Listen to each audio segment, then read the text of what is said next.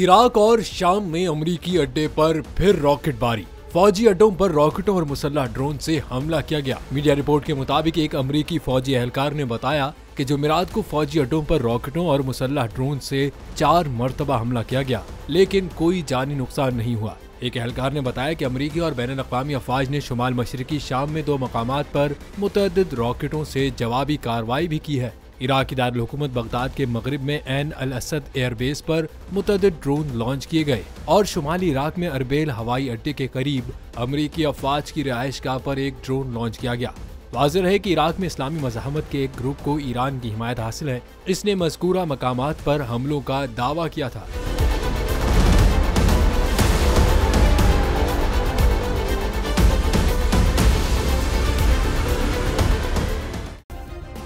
Subscribe करें और bell दबाएं ताकि कोई खबर रह न जाए।